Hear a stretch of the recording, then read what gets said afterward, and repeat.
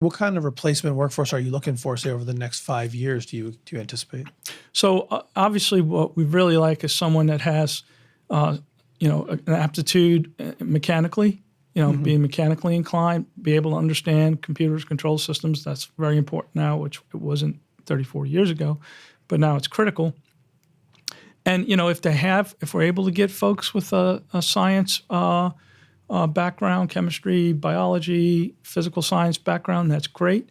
It's not essential. We're able to train individuals enough that they can overcome that, but it certainly helps if they have some of that coming in. But we've gotten a mix. We've gotten some that have a background in the science fields and others that haven't, but who show a great work ethic and show that they're going to be good employees that can learn anything, and we're able to train them up to be successful.